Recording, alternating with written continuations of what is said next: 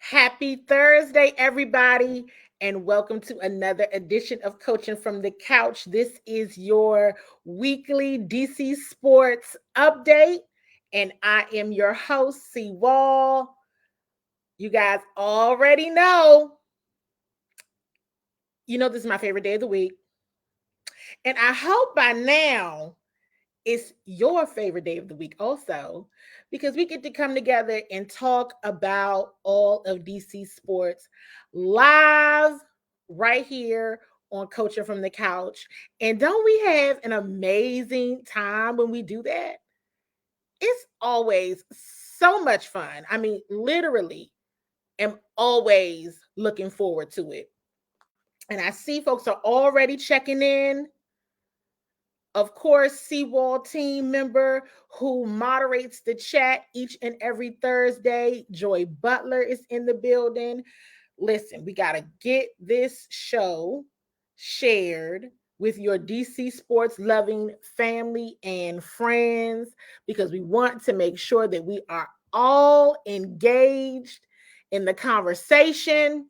It's always super cool and fun to watch the show later, but I personally think that when we get together and chop it up live to talk about all things DC sports, it's just a ton of fun doing it live on Facebook. So make sure you all are sharing and tagging your favorite fellow DC sports fans. Always, absolutely always have a ton of things to discuss. I'm going to give everybody a minute. I see Cameron Mingo has checked in. I see Damon has checked in, because as Cameron Mingo said, absolutely, Cameron, the NFL is indeed back. Absolutely is indeed back. But we have to do some other updates as well, because this is the all DC sports show. So we absolutely have to do some other updates. We do have a Mystics update. Going to do a little bit of Wizards as well. Want to check in on that. So we want to make sure everyone is checking in. And as you all are checking in, we always have to say what's up to Mama Waller. My mom checks in. So mom's checks in. That means we all got to stay on point, and we all got to be doing what we supposed to be doing, okay? Each and every single week. So you all make sure you are sharing this show. As Joy has here in the chat, make sure you like, love, tag a friend. Make sure you are sharing. Listen, we already know. What's the thing that we love to say? What's a thing that we love to say on this show? You guys already know when it is. When is there a dull moment in DC sports? You guys know the answer to this. Absolutely never. This week is no different. While it may seem like it's a little quiet, I assure you that it's not. So let's go ahead and jump into the conversation while you all are still tagging in your favorite DC sports fans. Jermaine, I see you checking in.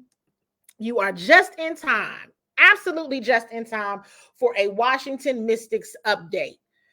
Mystics fans, check in. Check in, Mystics fans. We don't have good news. It's not good news today. It's not promising. Remember, just a short 2 weeks ago, was so excited and happy and delighted about Alina Deladon coming back. It's looking like Alina Deladon may not be back. Okay, you guys? She hasn't played since August 26th. That was her third game back.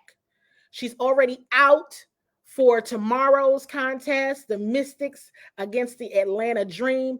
It's this back. It's her back. Let's just talk about Alina Deladon for a minute. You know, do we need to go back and recite her credentials?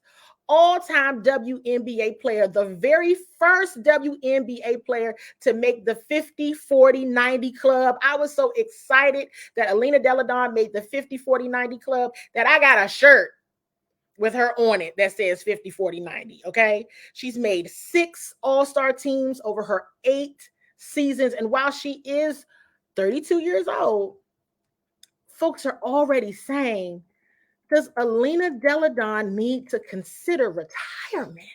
Oh my gosh. I would just be devastated. Seriously. Alina. And it's so upsetting because you all know I've been keeping you all up to date, and you've been keeping up to date as well with the Mystics. Tina Charles was having an incredible season, incredible. And she went down with an injury, and it was like, oh, what could be if Tina Charles and Alina Deladon, along with the rest of the powerhouses on this team, could come together in full health and get out there on the court. They could still make a run for the playoffs. But you all, I don't think they're going to make a run for anything. I think the run is over. I think so. Alina is out tomorrow. Maisha Hines-Allen, she is out with a non-COVID illness. Ariel Atkins, we want to send her our condolences. She has a death in the family, so she will be out tomorrow. Listen, I don't know you all, but it definitely seems like the Mystics are not going to go as far as we thought that they would, and that is unfortunate. You all know how I feel about this. I'm sad to say this because remember, just a couple weeks ago, as I mentioned a moment ago, I was in here. We were hyped up on this show about Alina Deladon coming back. But health is wealth, folks. So if she's not healthy, if she can't go, she can't get it done. She just can't. But what's so unfortunate about all of it is retirement potentially. Oh no, retirement. They're talking about retirement. I'm like, no.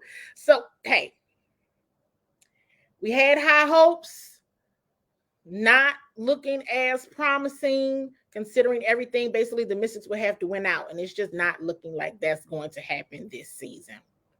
So we'll see, because anything is possible. But right now, we're all using objectivity, and our common sense is not looking, very good. It's just not. It's looking bad, quite frankly. So there's that. More to come. We shall see, you guys. We shall see. Upsetting news, and you could tell Coach Mike Tebow, he hates to see it. He absolutely hates to see it.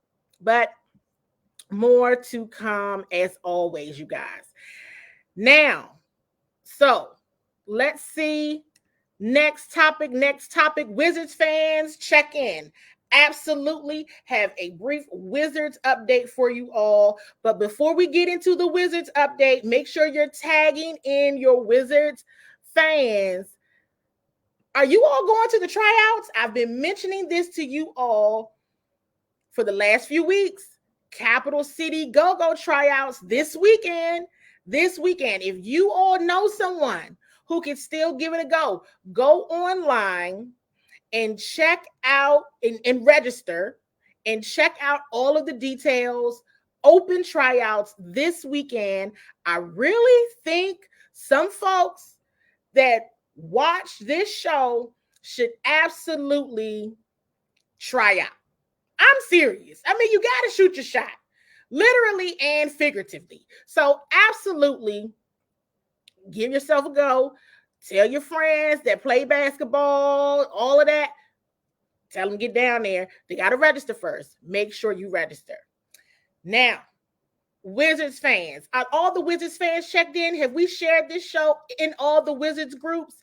Because last night, Darrell Owens of Legacy Maker Sports Network had the Triple W podcast on his show last night, Legacy on Fire. I was able to connect and be reunited virtually with my girls, my other 3 co-hosts of the Triple W podcast. Wow. We had fun. And another shout out to Darrell of Legacy Maker for having us on his show. We absolutely had a great time. And it wasn't all Wizards. We talked about a lot on that show. But I do want to share a clip with you all from the show that I think is important. And here's why I think that this is important. Darrell asked a great question. He asked a great question, which was, what do we think the new Wizards would look like? Right? So here's what we had to say on that topic. Check it out. I think a lot of people are just trying to see what Beal is going to do. And of course, he's known for scoring, but now there's more scores around him. So hopefully it's a less pressure on him. And that way he can be effective in way more other ways. Well, I was just going to say what Bree was saying about, them trying to find their identity. It's tough, as exciting as this new team is with Kuzma, Caldwell Pope, all these Spencer Dinwiddie, all these new people. It's like the locker room is completely different. And that's a problem that the Wizards have had over the years because there's been so many players going in and out of the locker room. It's hard to find an identity. I think there's promise. They addressed a lot of needs, and they also brought in some additional experience to balance out the roster. So I think it looks good, like I said, on paper, but it's going to be a little rough, I believe, the first couple games. And we have to see how Spencer Dinwiddie and Bradley Beal mesh. How are they going to mesh in the backcourt? So we'll see. I think that's the theme here. We'll just have to see. Now, I do definitely like Spencer Dinwiddie. I was very impressed with Spencer Dinwiddie when he was with Brooklyn, and I like Spencer Dinwiddie a lot. What I didn't know, as Bree mentioned earlier about the press conferences, I did not know that Caldwell Pope and Beal were like best friends. I did not know that. That was some new information for me in that press conference. So then I started to think, okay, all right. So how much of this not necessarily was planned, but once, Russell Westbrook made the decision, he was going to LA and what have you, it was kind of like, did it just work? So in other words, and in summary, as Karita said, we just got to wait and see. And we talked about this a bit more. We didn't share that clip on this show, but also with the new coaching staff, it just remains to be seen.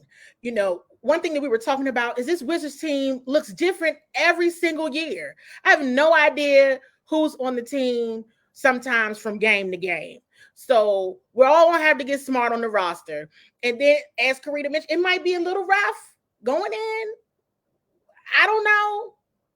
But you guys, it's definitely something that we need to continue to pay attention to for several different reasons. And that, because I'm just sitting here right now, and as I'm thinking about that clip in the show that we did last night, it's Brad, right? Brad is the only person we recognize at this point on the team because Brad has been the staple. He is still a Washington Wizard. I know that is a shock to a lot of people, but he's still a member of this squad. And it's just a lot of shuffling around to see what's going to fit, shuffling around from a player's perspective. And this year, not just a player's, it's also a coach's perspective. So it's a lot that remains to be seen. You just can't tell right now. So probably every show that you're going to watch, different analysts can talk about the various players individually, right? But how they're going to come together on the court, it really does remain to be seen. I'm at the place where I'm just not even sure what to say about them. So you're going to hear a lot of this message, at least coming from Culture from the Couch, the DC Sports edition of wait and see. Let's see how this goes. Let's see how they mesh. Absolutely expect them to be better from a defensive perspective. But hey, I don't know. And we're still trying to figure it out. It was an excellent question because of all the changes with the roster. You really just can't tell. So more to come on that. for the rest of this show, we are absolutely going to be talking about the Washington football team. Washington football team. Washington football team fans, check in. Absolutely. I want you to check in. I want to see you check in. Where's all the like, love emojis? Where's the all I'm here? Have you tapped in with your Washington football team fellow fans? Because we always know that that's a fun topic. All of the topics can be fun. But Washington football team, let me just tell y'all, like I tell you all the time, no matter how bad they are, the Washington football team fans gonna show up in that burgundy and gold. Like Joyce says, tell everybody you know we are talking Washington football. Washington football. Now, let me ask y'all something. As Washington football team fans, let me ask you all this. Do you all like watching Dallas Cowboys games? Like, for example, tonight there's a football game. The Dallas Cowboys are playing the Tampa Bay Buccaneers. And I will just go ahead and be very honest and tell you I have no desire to watch this game. Now, because I just do not like watching the Dallas Cowboys play football. The only time I watch them play football is when they are playing Washington. That's it. Now, it's good to watch them and to keep up with what's going on because they're in the NFC East. And so it's important to keep up what's going on. I can watch the Giants games. I can watch the Philadelphia Eagles. But for some reason, that star just really bothers me. It really does. And that won't change. Whether I'm in the media, that has not changed about me. From fan to media, it doesn't matter. When I see the star, I just roll my eyes. And I see your comment here, Cameron. You still watch them just to watch them lose. I get that. I understand that. Damon, I see your comment here. Similar to Cameron, you watch because you like to watch them lose. I get it. I absolutely get it. Trust me, I do. But we have a lot to talk about in these next few minutes. So I want you to be engaged in full force in this conversation. First things first, in this week, your team captains. Here are your 2021 captains. I know you all have seen this. We posted this on the CWall Sports and Entertainment Facebook page. Of course, the Washington football team posted it, as well as others. Here are your captains. Of course, folks are looking at it and they're probably saying, wow, that's a lot of captains. And so what my understanding is, they took the four that they've had from last year, and they also had players vote on the other four. So you all can see them all right here. You got Chase Young, Jonathan Allen, Terry McLaurin, Brandon Sheriff, Ryan Fitzpatrick, John Bostic, Logan Thomas, DeShazer Everett. These are your captains, everybody. I mean, how y'all feeling about the captains? How are you feeling about the captains? Where's the energy around the captains? I mean, I think they got it right. I think these are absolutely the leaders of the team for certain. I don't think there's anything wrong about that list. I was shocked about how many there were. I was like, well, 8, good grief. Well, I mean, can I be a captain? Is there any way I could put my name in that hat? No, there's not. However, perhaps one day they could have been. So we shall see. But I think that core right there that's pictured, that's it. Those are the leaders of the team. Now, we also know that there's going to be other players that are going to step up and everything throughout the season, of course, and that's what we want them to do. But when we talk about leaders, I absolutely believe that the coaches and the players on the team got it right in terms of these are our leaders going into this season. And I'm excited. They're all on the same page. They all have similar leadership skills and abilities, both on and off the field. So I'm truly, truly excited about what this group of leaders is going to bring overall to the team. Really enjoying it. Now, week 1, Washington against the Chargers. There's a couple of interesting tidbits here I wanted to share with you all. Washington football PR sends this out, which I think is interesting, and you'll see it before every game, and it's called By the Numbers. So what they'll do here, and I'll have this here on the screen so you all can see, it'll show you by the numbers. Here's just some good details to know and to learn about the team and the opponent that they're facing. So the number 3, the Washington football team, this is the number of times this is the 3rd time that the two teams will face off in the season opener. So it's been 3 times that this team, we're looking at, I'm going to go down to the number 4, the reigning defensive rookie of the year, facing off against the reigning offensive rookie of the year, Justin Herbert, in week 1. This is the 4th time in NFL history the reigning rookies of the year have played against each other in week 1. A lot of other information here. Let's see, the number 28, Washington quarterback Ryan Fitzpatrick enters the 2021 season with a touchdown pass against 28 teams. Throwing one against the Chargers, Green Bay, Atlanta, Tampa Bay, who are all on the Washington schedule this year, will give him at least 1 passing touchdown against every NFL team. So this is, hey, it's always good to see what the numbers mean. It's always good. It's cool. It's something good to just kind of, know a little bit of history going into the week. It's always, something that I think is kind of cool that they do. And they'll be doing that before each game. So we'll be sharing that on the show as well. Now, let's go ahead and have this tough conversation, everybody. Let's have this first tough conversation that I think we all need to have. Curtis Samuel. Curtis Samuel, you guys. Wow. What are your impressions? Listen, we've been talking about Curtis Samuel for a while and his injury and how he's been dealing with the injury. Ron Rivera continues to seem to not be too bothered.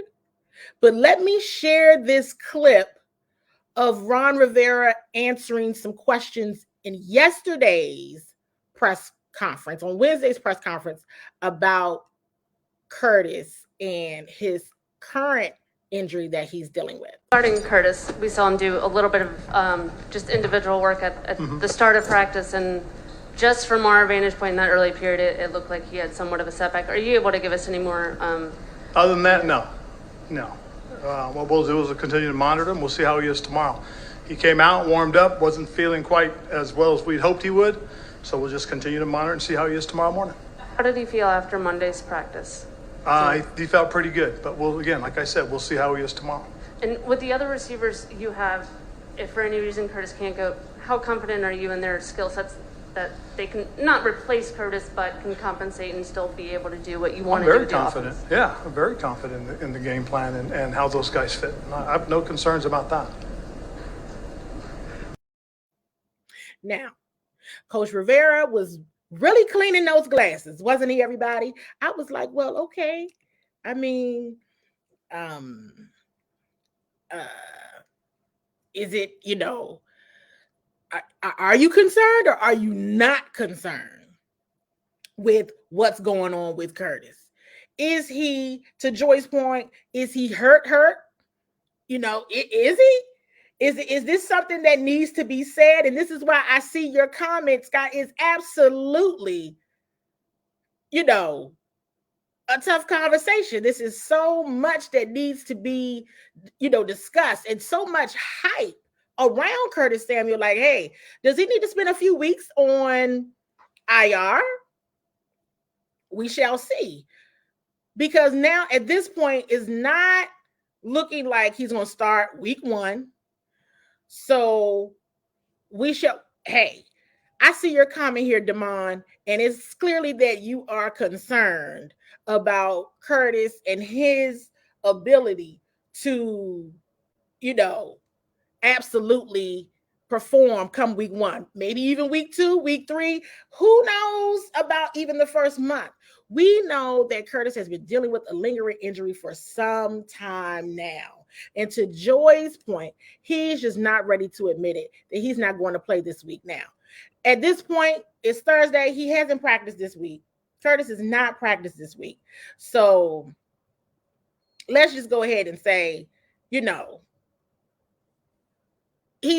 going to play. He's going to end up going on IR.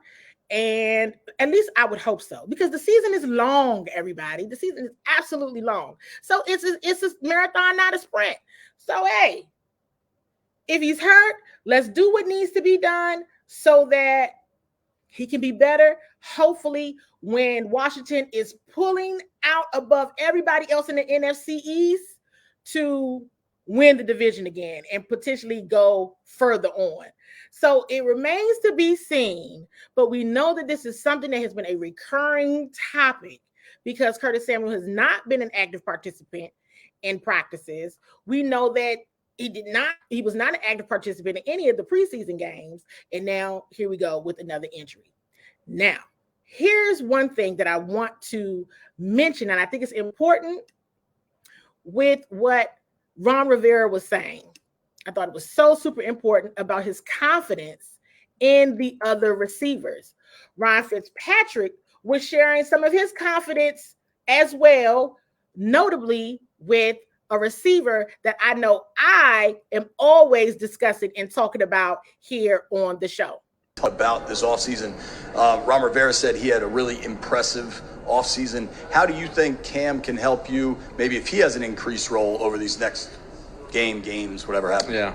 Now, Cam's a guy I didn't know a whole lot about when I got here, but he was also a guy I reached out to Alex Smith and just said, Alex, I really like this, Cam Sims. I'm seeing things right, correct? Like I'm trying to figure this out. And same response from him. I mean, he's so quarterback friendly. You can put him everywhere. He's a big body, very reliable.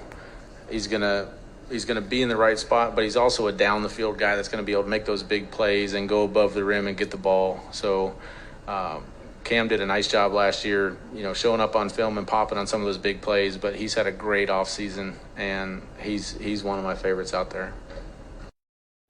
Now, that was pleasant to hear, right? Because even myself, as much as I'm an advocate for Cam Sims, I tell y'all that all the time, I'm a Cam Sims advocate. I am sometimes concerned by him not being able to do the little things. So that is important. That is important. With Curtis Samuel being out, we already know this is an opportunity for Diami Brown to step up. Everybody's going to need to step up. We've been waiting for Curtis Samuel. It's looking like it's not going to happen this week. So, look, more remains to be seen. It's just week 1. I have to even remind myself that it's just week 1. But every game counts. Every game matters. And, hey, if Ryan Fitzpatrick can reach out to Alex Smith and ask a question about Cam Sims, hey, listen, may as well go to the source. He knows. I appreciated that. I said, you know what? That's all right with me. I like that. But Ryan is very complimentary of all the receivers.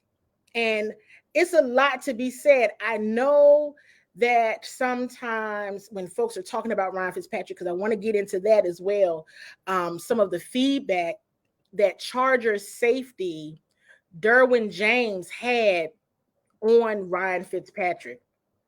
And we all know it's either Fitz magic or Fitz tragic.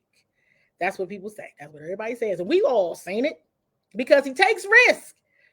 Now, as I've said, and you all know this, the issues with throwing the ball down the field, that's no issue. Ryan Fitzpatrick, he's going to launch it. Please believe. But who catches it is what you don't know, right? But here's what Chargers safety Derwin James said about Ryan Fitzpatrick, and that is one thing that is true. If he gets hot, he gets rolling, and you've got to be alert. Like I said, a lot of ups and downs, right? In Fitzpatrick's career, you watch some games and it's like, wow, that dude is a monster out there. And you watch other games and you're like, well, how many more interceptions is he going to throw? But Derwin James, again, on Ryan Fitzpatrick, he's a great quarterback. I think that when he's at his best, when he's making plays, trying to take risks, throwing to his receivers to get them open, we've got to be ready. And as he was talked and asked about how to prevent Fitzpatrick from turning into Fitz magic, he said simply this: make it about us, play our style of defense. What they're doing has nothing to do with us. So just coming out there and being us, it'll take care of itself. So it's not like they're just going to act like Ryan Fitzpatrick is going to go out there and throw 6 interceptions. It's not necessarily that. But as Mazdak says here, hey, sometimes you don't know. It's a toss-up. You don't know who you're going to get out there. But at least the secondary on the Chargers are alert. They are aware. And they absolutely know, hey, this guy gets hot, we're in trouble. It remains to be seen. We are absolutely in week 1 of NFL season. Are you all excited? Are you all excited? It is officially here. Football season. Yes, Mazdak, the Washington football team is actually favored. Ooh. When the last time that happened going into week 1? So listen. Hopefully next week we'll be talking all good talk and all good news. Let's hope. Let's hope. Again, the season is a marathon, not a sprint. And this year we got 17 weeks of it. They added in that additional week on the end because we only had 3 preseason games. So let's see what happens. You all listen. We have made it another week of Coaching from the Couch, the DC Sports Edition. We will absolutely continue to keep you updated. Are you following all the pages? Are you on the CWall Sports and Entertainment Facebook page, on Twitter at CWall SE, and on Instagram at CWall Sports? We're going to be sending out all kinds of information, so you do not want to miss anything. Okay? All right, you guys, be safe, and I will see all of you next week.